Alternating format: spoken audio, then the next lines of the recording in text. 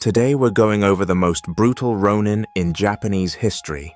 And number 1, Araki Mataemon. It's a cold morning in November of 1634, and a samurai named Kawawaii Matagoro is walking through the dusty streets of a village called Kagi with 10 of his best friends and hired swordsmen, and he is feeling pretty good about himself. He's got backup. He's got a plan. He's been running from this moment for 4 whole years, and now he thinks he's finally about to end it. Kawaii has no idea that hiding behind a tea shop just up the road are 2 men who have been waiting for him since sunrise, with swords already loose in their sheaths. And one of them is his brother-in-law, and the other one is the deadliest swordsman alive in Japan right now. His name is Araki Mataemon, and he is about to become the star of what people will later call one of the 3 greatest revenge stories in samurai history. But to understand why Araki is standing behind a tea shop at dawn, about to unleash absolute hell on 11 men, we have to go back a few years. See, Araki wasn't born a monster. He was born in the late 1500s in a small town in Iga province, and he grew up doing what every ambitious sword kid did back then, which was training constantly and getting really good at not dying. He studies under a master of the Yagyu Shinkage-ryu style, which is basically the S-tier sword school of the era, and by his mid-20s, he's teaching sword lessons to samurai twice his age. He's the guy calls when the guy has a problem. He's a total 10 out of 10 baddie. Anyway, he ends up marrying into a family called the Watanabe, and his brother-in-law is a young samurai named Watanabe Kazuma.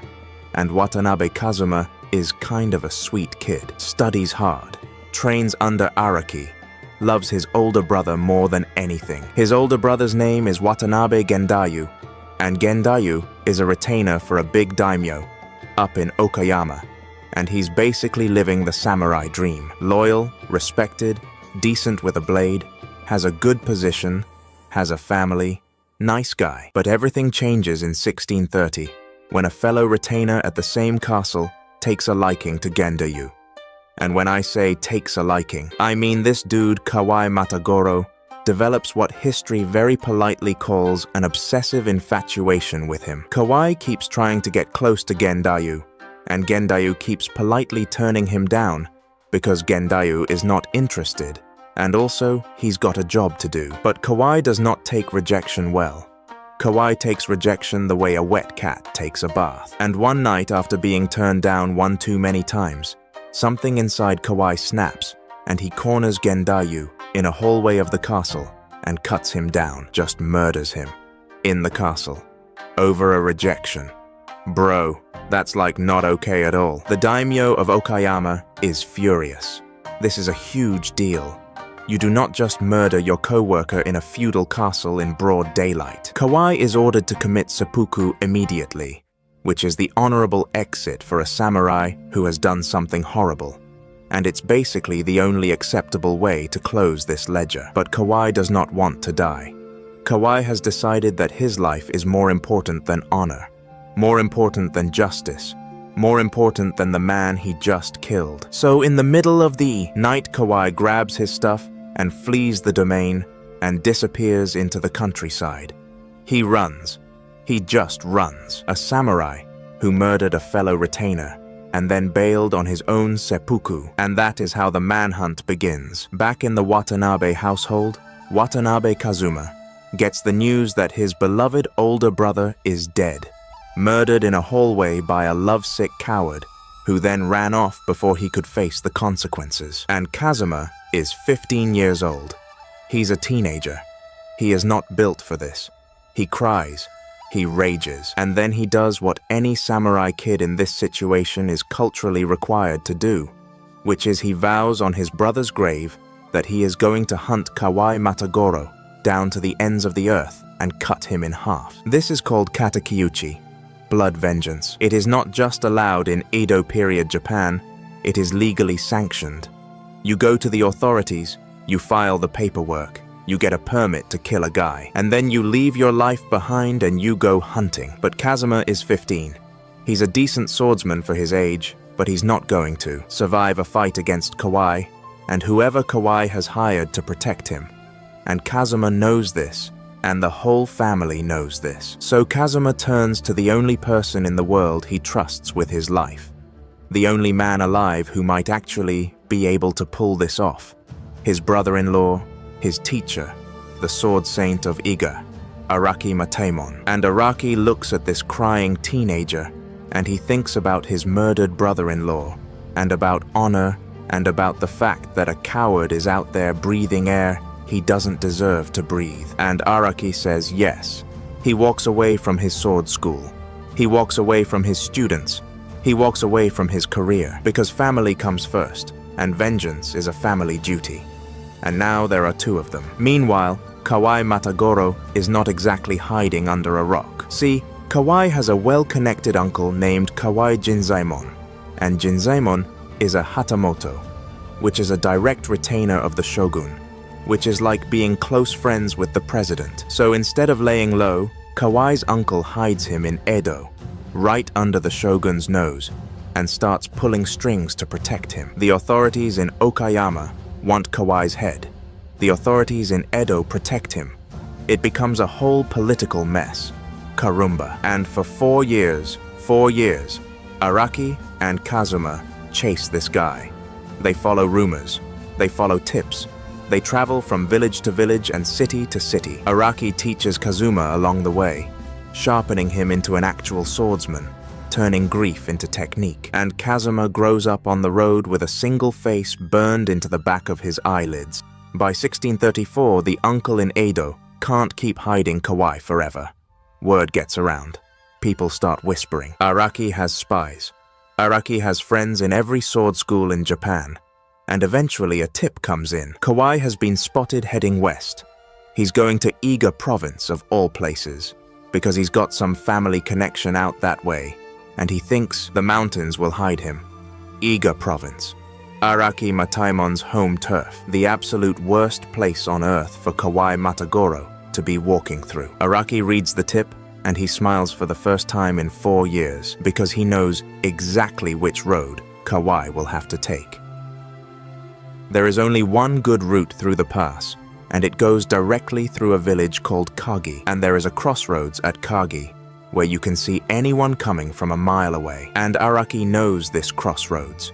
He grew up near this crossroads. He has walked this crossroads 100 times as a boy. And so Araki takes his teenage brother-in-law and 2 loyal helpers, and they set up an ambush. Now here's where things get insane. Because when Araki gets to Kagi and starts asking around, the report comes back, and it is not good. Kawaii is not traveling alone. Kawaii has hired protection. Kawaii is rolling with 10 other men. 10. Some of them are professional swordsmen, a couple are relatives, and 2 of them are his brothers. So the math is Araki plus Kazuma plus 2 helpers equals 4.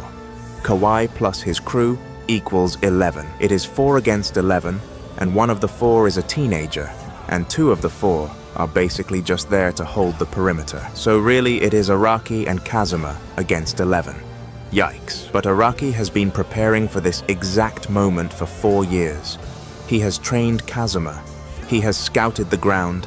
He has picked the killing spot. And Araki knows something Kawaii does not know, which is that Araki Mataemon is very likely the best swordsman alive in Japan in the year 1634, and he is standing between Kawaii and the rest of Kawaii's life. The morning of November 7th, 1634. The sun is barely up. Cold air, frost on the wooden posts. The little tea shop at the crossroads is quiet because Araki has quietly told the owner to make himself scarce. The road is empty. The 4 ambushers hide, and then, right on schedule, Kawaii and his 11 men round the bend into the crossroads. And then Araki steps out into the road. He calls Kawaii's name, just once, loud and flat, and every single one of Kawaii's men freezes, because they all know that voice. They know that name. They know the sword school. This is the moment they were all secretly hoping would never come. And Kawaii looks up, and he sees Araki Mataemon standing in the road with his blade already drawn, and he understands, in one horrible second, that he is going to die today. Kawaii's men do not run. To their credit, they draw their swords. because this is samurai Japan, and running from an ambush is worse than dying in one. And what happens next is one of the most famous sword fights in Japanese history, and it lasts, depending on which source you believe, somewhere between 2 and 6 hours. 2 men against 11 in the frost, at a crossroads. Araki takes the biggest and best swordsman first. He goes for the professionals. He doesn't waste energy. He moves through them the way you'd move through tall grass. One steps forward, and Araki cuts his wrist, and then his throat, before the man's second step lands. Another swings a wide overhead cut, and Araki isn't there anymore, and then that man's chest opens up like a book. Kazuma is fighting for his life on the other side of the road, and he's holding his own because his brother-in-law made sure he could. But he's not the star of this show. He is the point of this show. Kazuma has one job. Kazuma has to be the one who kills Kawaii, because it is his brother. It has to be him. So Araki carves a path. He kills 2 of Kawaii's hired swordsmen. He kills one of Kawaii's brothers. Blood soaks into the frozen dirt. Kawaii's men keep coming, and Araki keeps cutting them down, and eventually, he is standing in the middle of a crossroads full of dying men, and he looks across the field, and he sees Kazuma still standing, and he sees Kawaii still standing. Perfect. Araki steps back.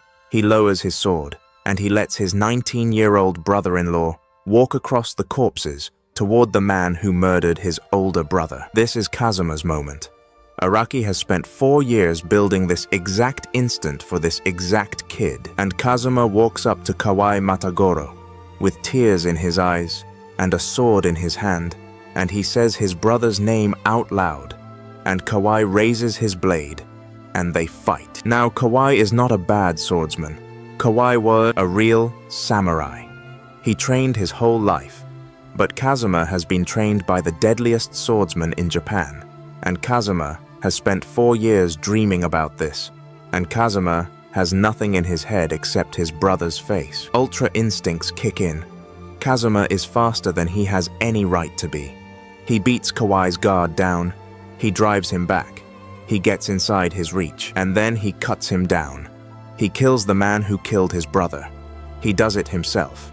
He gets his katakyuchi. The fight is over. 11 men are dead or dying. Araki has cuts on his arms and his legs, and one nasty one across his forehead, but he is standing. Kazuma is standing. The 2 loyal helpers are standing. It is 4 against 11, and it is now 4 against 0. Against all odds, in broad daylight, at a crossroads called Kagi, and Araki looks around at what he has just done, and he does not smile. He does not cheer. He does not celebrate. He just walks over to Kazuma and puts a hand on his shoulder because the kid is shaking. Because killing a man is not what people think it is. And then Araki and Kazuma walk out of the crossroads together, and they leave the bodies and the frost and the blood behind, and they go turn themselves in to the authorities, because that is what you do after a legally sanctioned revenge killing in Edo period Japan. You file the paperwork, you get your permit stamped, you go home. But here is the thing. Here is the part that makes Araki Mataemon a legend, and not just another swordsman. Because after all of this, after 4 years of hunting and 6 hours of killing and 11 bodies at a crossroads, Araki Mataemon dies about a year later under circumstances that nobody can quite agree on. Some sources say he was poisoned by political enemies of the Watanabe family, who did not want the revenge to be celebrated. Some sources say he died of his wounds from the fight because that forehead cut got infected. Some sources say he was quietly assassinated by allies of Kawaii's uncle in Edo, the Hatamoto, who never forgave him. Nobody knows. He just dies, barely a year after the greatest sword fight of his life. He gets his ending stolen from him by a shadow he never saw coming.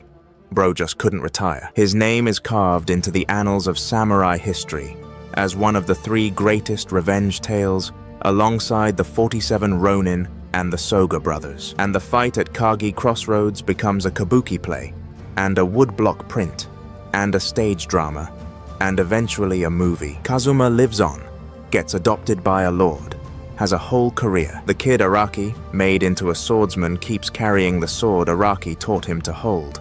nice guy. Number 2, Miyamoto Musashi. Now, look, you already know this name, because Miyamoto Musashi is basically the Michael Jordan of dueling, but a lot of people don't actually know how brutal this man was as a young Ronin.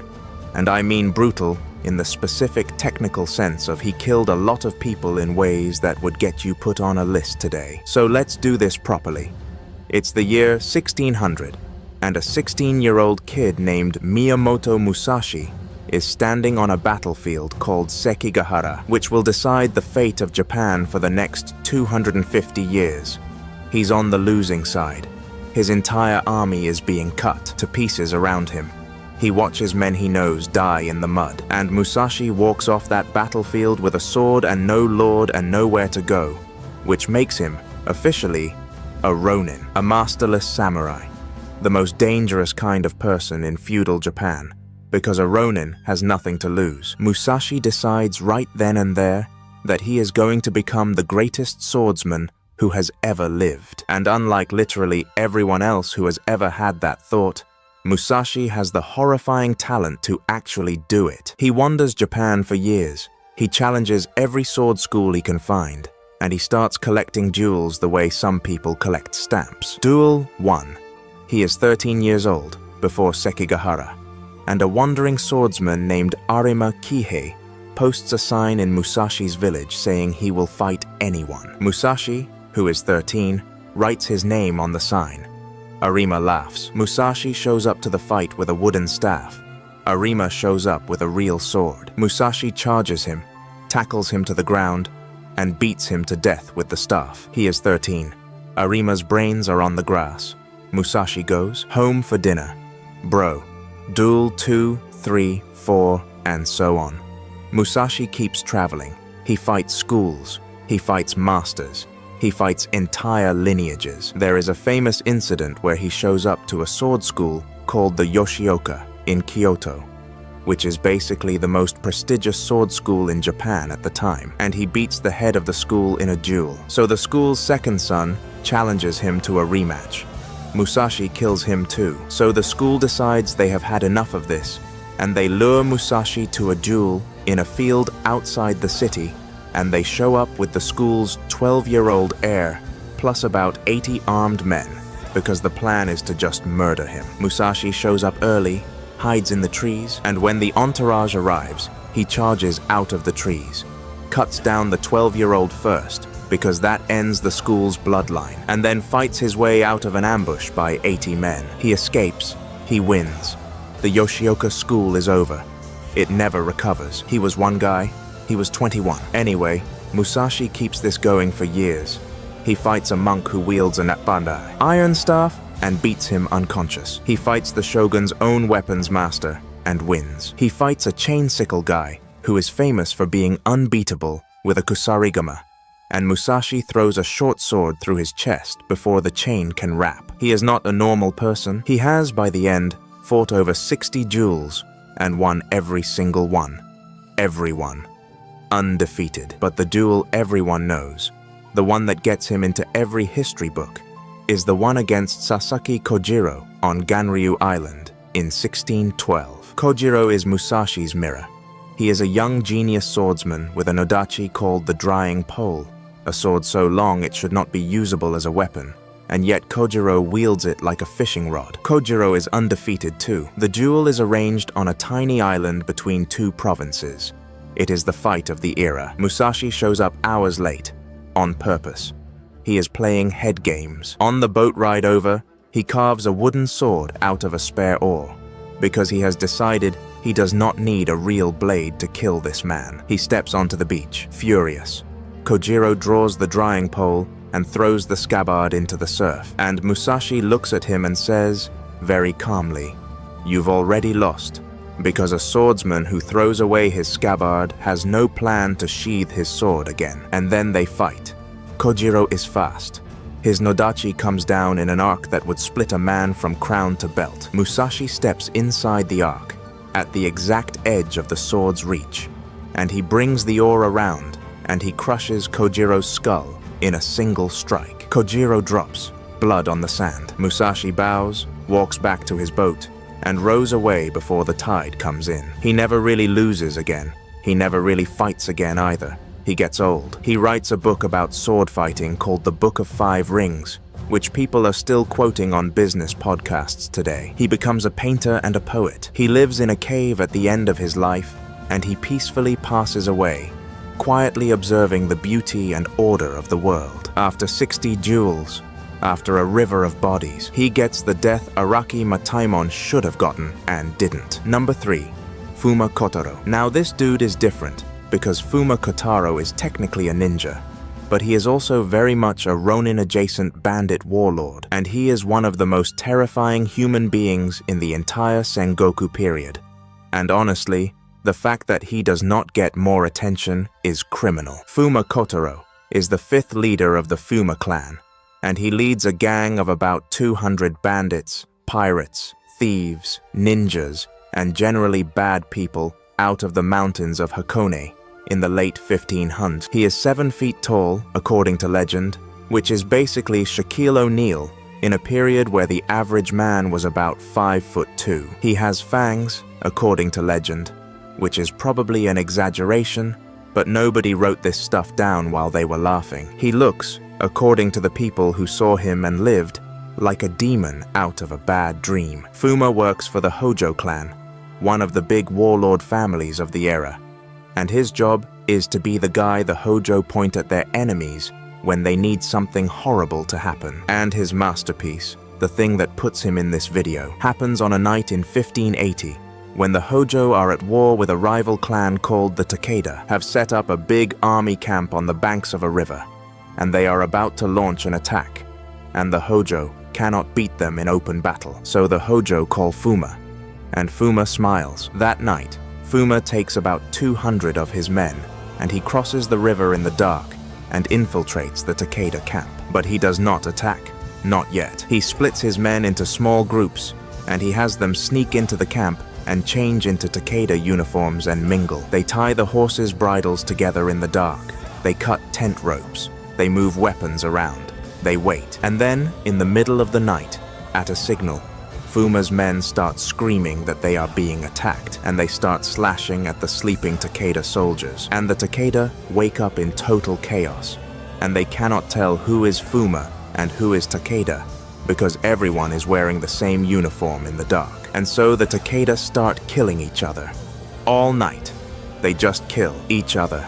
Fuma stands in the middle of it all and watches.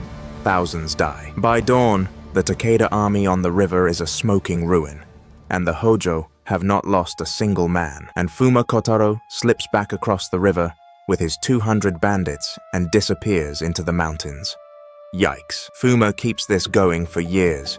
He raids, he assassinates, he terrorizes, but everything changes in 1590 when the Hojo lose their war and their castle falls to Toyotomi Hideyoshi, who is uniting all of Japan under one banner. Fuma's master is gone.